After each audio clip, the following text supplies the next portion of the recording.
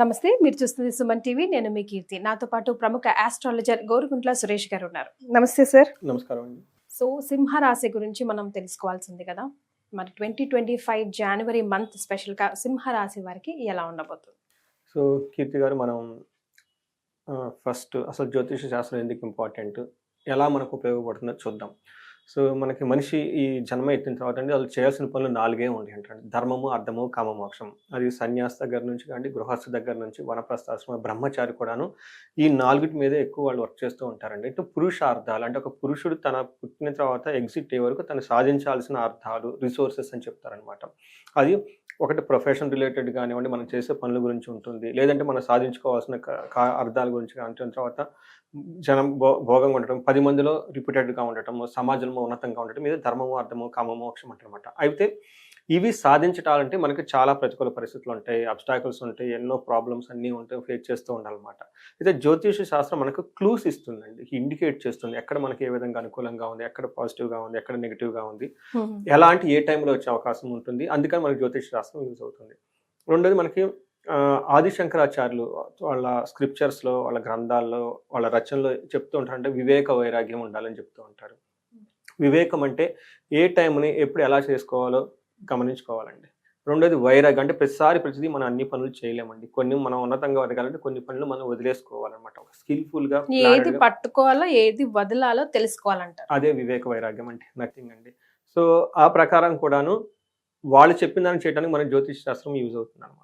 ఒక క్లూస్ ఇస్తుంది అనమాట. ఈ ఏరియాలో పాజిటివ్గా ఉంది, ఎక్కడ నెగిటివ్గా ఉంది, ఎలా అయితే మీకు ఈజీగా గమ్యస్థానం చేరుకుంటారు. ఫైనల్గా వీటి యొక్క ముఖ్య ఉద్దేశం ఏంటంటే మనం లైఫ్ శోభాయమానంగా, దివ్యంగా, చక్కగా బ్లిస్ఫుల్గా ఉండాలనే ఉద్దేశంతో మన మహర్షులు ఇచ్చిన జ్ఞానం అండి.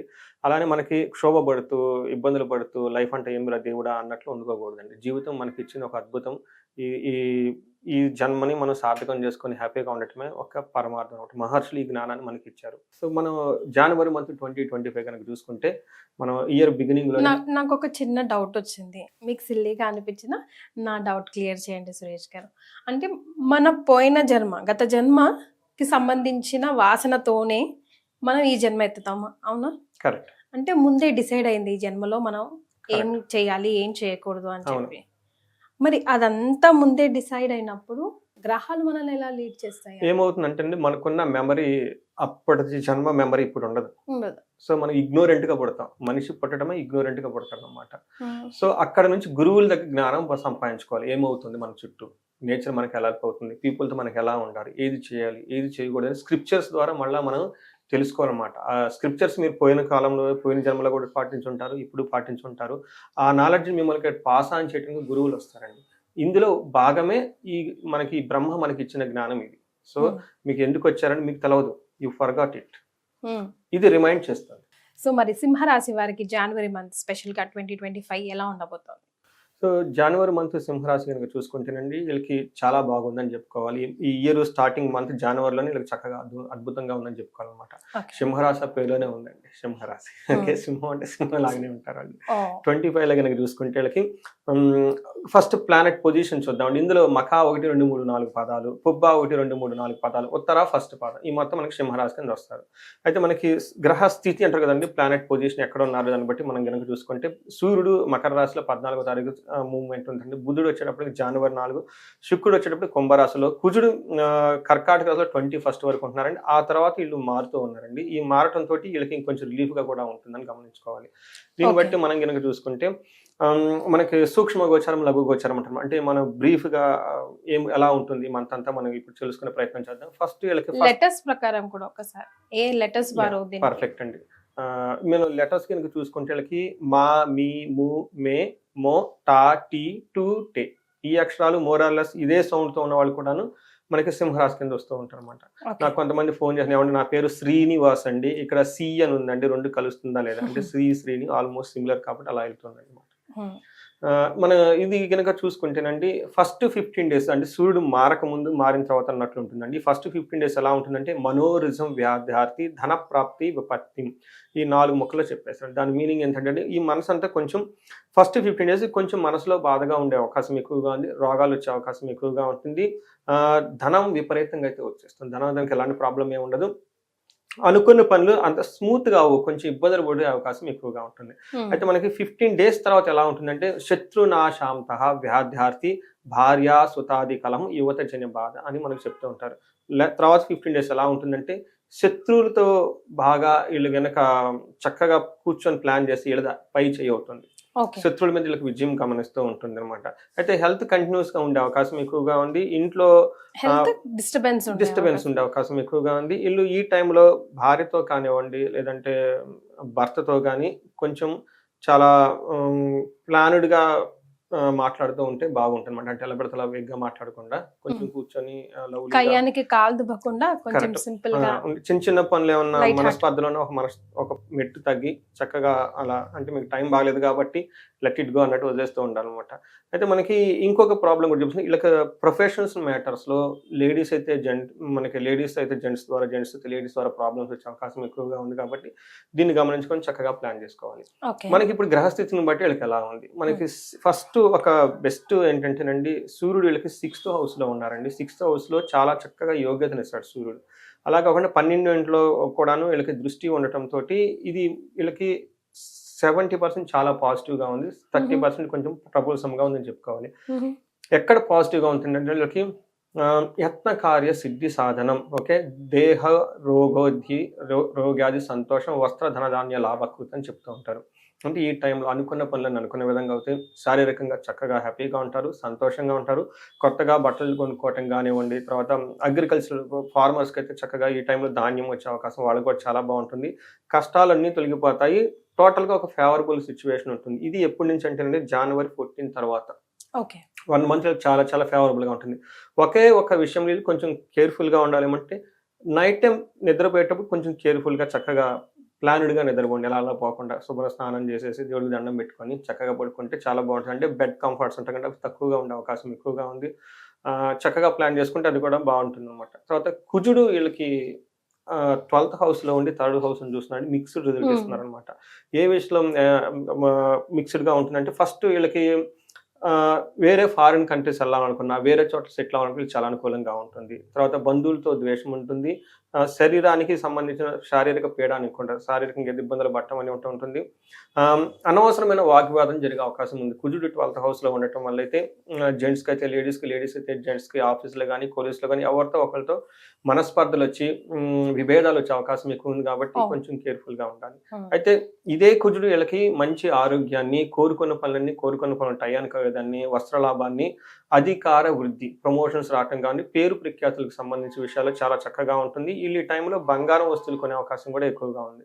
రియల్ ఎస్టేట్ వాళ్ళు ఎవరైనా కనుక ఉంటే రియల్ ఎస్టేట్ ద్వారా ఖర్చులు పోయే అవకాశం ఎక్కువగా ఉంది, కానీ కొనే అవకాశం కూడా ఎక్కువగా ఉంది.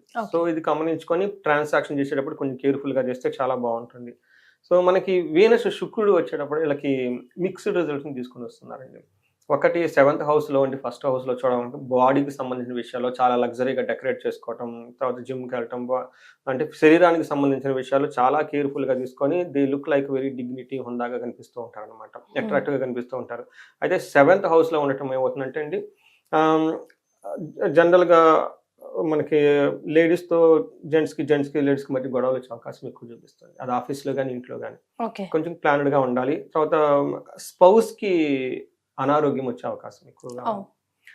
తర్వాత త్రూ లేడీస్ వీళ్ళకి కొంచెం ప్రాబ్లమ్స్, త్రూ జెంట్స్ స్పౌస్ కానీ వీళ్ళకి కొంచెం ప్రాబ్లమ్స్ వచ్చే అవకాశం ఎక్కువగా ఉంది. జెంట్స్ అనుకోండి వాళ్ళ ఇంట్లో వాళ్ళ మిస్సెస్ కానివ్వండి, లేదంటే వాళ్ళ మదర్ కానీ ఎవరికైనా కొంచెం హెల్త్ బాగోలేక ప్రాబ్లం వచ్చే అవకాశం ఎక్కువగా ఉంది.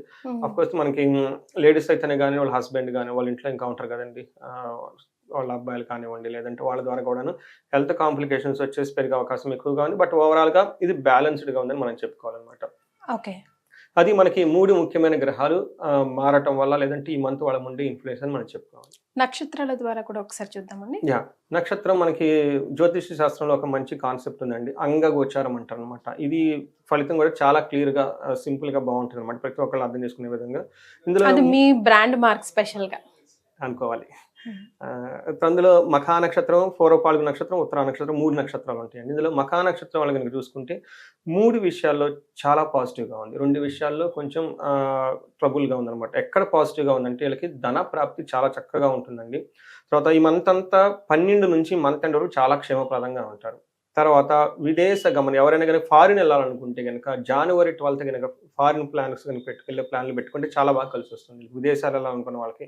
అయితే 2 విషయాలు వీళ్ళు చాలా కేర్‌ఫుల్‌గా ఉండాలి. ఒకటి, హెల్త్ కాంప్లికేషన్స్ వచ్చే అవకాశం ఎక్కువగా ఉంది కాబట్టి చక్కగా యోగా చేయటం, మెడిటేషన్ చేయటం, మంచి న్యూట్రిషియస్ ఫుడ్ తీసుకోవటం, ముందుగా ప్లానెడ్‌గా ఉండేసి ఏది పడితే అది జంక్ ఫుడ్ తినకనుకుంటే చాలా బావుంటుంది. హ్మ్. అయితే ఒక ముఖ్యమైన ఇంపార్టెంట్ పాయింట్ మఖా నక్షత్రం వాళ్ళకేంటంటే వీళ్ళకి బిజినెస్ రిలేటెడ్ గానివ్వండి, లేదంటే సాఫ్ట్‌వేర్ వాళ్ళకి ప్రొఫెషన్ రిలేటెడ్ గానివ్వండి, ఏదైనా ట్రాన్సాక్షన్స్ చేయాలి, ఏదైనా వర్క్ కనుక స్టార్ట్ చేయాలనుకుంటే ఎలా చేయాలో అర్థం గాని ఒక కన్‌ఫ్యూజన్ స్టేజ్‌లో ఉండే అవకాశం ఎక్కువగా ఉంది. ఓకే. దీన్ని బంధనం అంటారు. అంటే ఎటెళ్ళాలో తెలవకుండా దిక్కు తోచని స్టేజ్‌లో ఒక పరిస్థితి వచ్చే అవకాశం ఎక్కువగా ఉంది. వీళ్ళు సబ్జెక్ట్ మ్యాటర్ ఎక్స్‌పర్ట్స్ గనుక కనెక్ట్ అవుతే, లేదంటే ఒక మంచి ఆస్ట్రాలజర్ గాని కనెక్ట్ అయితే వాళ్ళ ద్వారా ఫ్యూచర్ ఎలా ఉంటుంది తెలుసుకొని ప్రాపర్‌గా డెసిషన్ తీసుకోవచ్చు. లేదంటే టూ మచ్ వాళ్ళలో వాళ్ళు బాధపడుతూ కూర్చుంటారన్నమాట. ఓహ్! అయితే ఉత్తర ఫాల్గుని నక్షత్రం వాళ్ళకి చాలా బాగుంది. వాళ్ళకి ధనప్రాప్తి ఉంది. క్షేమంగా ఉంటారు. కొంచెం హెల్త్ విషయాలు జాగ్రత్తగా ఉండాలి. బట్ ఈళ్ళకి కూడాను టఫ్ అయిన సిట్యుయేషన్స్ వచ్చే కన్‌ఫ్యూజన్ సిట్యుయేషన్ అవకాశం ఉంది కాబట్టి ఈళ్ళు కూడాను ఒక ఎక్స్‌పర్ట్స్‌ని కలవడం చాలా ఇంపార్టెంట్. ఓకే. ఉత్తర ఫాల్గుని నక్షత్రం వాళ్ళు యాక్చువల్‌గా చాలా బాగుంది. ఈ టోటల్ అన్ని నక్షత్రాలు గాని కంపేర్ చేస్తే వీళ్ళకి 3 విషయాల్లో చాలా పాజిటివ్‌గా ఉంది. 2 విషయాల్లో కొంచెం కేర్‌ఫుల్‌గా ఉండాలి. హుహు. ఫస్ట్ జనవరి 11కి ముందు ఉత్తర ఫాల్గుని నక్షత్రం వాళ్ళు ఏదైనా ఏదైనా గనక పని చేస్తే అందులో వీళ్ళకి విజయం వస్తుంది. ఆ! సో, అప్పటిదాకా ఏదైనా గనక పని గాకుండా ఉంటే ఈ టైంలో ఈ ఫస్ట్ 11 డేస్‌లో చాలా పాజిటివ్‌గా పనంతా అవుతుంది. ధన ప్రాప్తి చాలా చక్కగా ఉంది. మంత్ అంతా క్షేమంగా ఉంటారు. తర్వాత ఈళ్ళకి బంధనం ఏదో ఒక సిట్యుయేషన్‌లో బంధించబడినట్టు ఉండే అవకాశం ఎక్కువగా ఉంది. హెల్త్ కాంప్లికేషన్స్ ఉండే అవకాశం ఎక్కువగా ఉంది. ఇది కాకుండా మనకి నక్షత్రాలు గనక చూసుకుంటే ఉత్తర ఫాల్గుని వాళ్ళకి కొంచెం హెల్త్ కాంప్లికేషన్స్ వచ్చే అవకాశం ఎక్కువగా ఉంది. అది కూడాను కొంచెం బ్లడ్‌లో చేంజెస్ రావటం కానీ, ఓహ్! బ్లడ్‌ని కలర్ చూసే అవకాశం కానీ ఎక్కువగా కనిపిస్తూ ఉంది. మఖా నక్షత్రం వాళ్ళకి 12, 12 వరకు కొంచెం ధననాశనం అయ్యే అవకాశం ఎక్కువగా ఉంది. అంటే రాంగ్ డెసిషన్ తీసుకొని, అయ్యో! అనవసరమైన డబ్బులు పోగొట్టుకున్నామే, లేదో వృధాగా కొనేసి పెట్టుకున్నామే. అంటే డబ్బులు మనం ఖర్చవుతాయి. కానీ దానికి రిటర్న్ మంచి పని మీద చేస్తే బావుంటుంది. అదే డబ్బు మనం వేస్ట్ వర్క్ మీద చేసేస్తే తర్వాత రిగ్రెట్ అవుతాం. అయ్యో! డబ్బులు అనవసరంగా ఖర్చు పెట్టుకున్నామే, ఉపయోగం లేకుండా పోయింది, రాంగ్ డెసిషన్ తీసుకున్నామని. ఇది గమనించుకొని పర్టిక్యులర్‌గా భూమి రిలేటెడ్ లేదంటే బంగారం రిలేటెడ్ విషయం లేదంటే కొనేటప్పుడు విషయాల్లో కొంచెం జాగ్రత్తగా ఉంటే సరిపోతుంది. రైట్. సో, మరి వీళ్ళకేమైనా రెమెడీస్ సజెస్ట్ చేస్తారా సార్? సో, రెమెడీస్ గనుక చూసుకుంటేనండి ఈళ్ళకి కుజుడికి ఉత్తర పాల్గొనే వాళ్ళు కుజుడికి సంబంధించి ఒక కేజింబావు కందులు గనక దానం చేస్తే చాలా బావుంటుంది. అంతేకాకుండా సుబ్రహ్మణ్యేశ్వర స్వామి గుడికెళ్తే చాలా బావుంటుంది. బట్ ఓవరాల్‌గా ఈళ్ళకి అంతా బావుంది కాబట్టి ఫారిన్‌లో అవకాశం ఉంది, ధనప్రాప్తి ఉంది. హెల్త్‌కి సంబంధించి గనక ఎవరైనా గనక బాధపడుతుంటే అమృత మృత్యుంజయ పాశుపత హోమం చేపించుకున్న మృత్యుంజయ మంత్రాన్ని వాళ్ళు చక్కగా జపించుకున్నా గాని చాలా బాగుంటుంది. ధనప్రాప్తి చాలా బావుంది. ఫారిన్‌లో గనుక బావుంది. అంతా క్షేమప్రదంగా ఉంది. అయినా కానీ ఎవరికైనా గనక ఇంకా వ్యక్తిగతంగా ప్రాబ్లమ్ గనక చూస్తూ ఉంటే ఎందుకంటే ఇందులో మనకి స్పౌస్ రిలేటెడ్ ప్రాబ్లమ్స్ గనుక చూపిస్తుంది. ఈళ్ళకు అన్యోన్య పాశుపత హోమం గనుక చేపించుకోగలిగితే చాలా చక్కగా ఉంటుంది. లేదంటే తిరుపతి వెంకటేశ్వర స్వామి దగ్గర కళ్యాణం చేపించినా గాని ఈళ్ళ మధ్య అన్యోన్యత చెందేసి చాలా బావుంటదని గమనించుకోవచ్చు. Right. Thank you so much అండి. థాంక్ యూ అండి.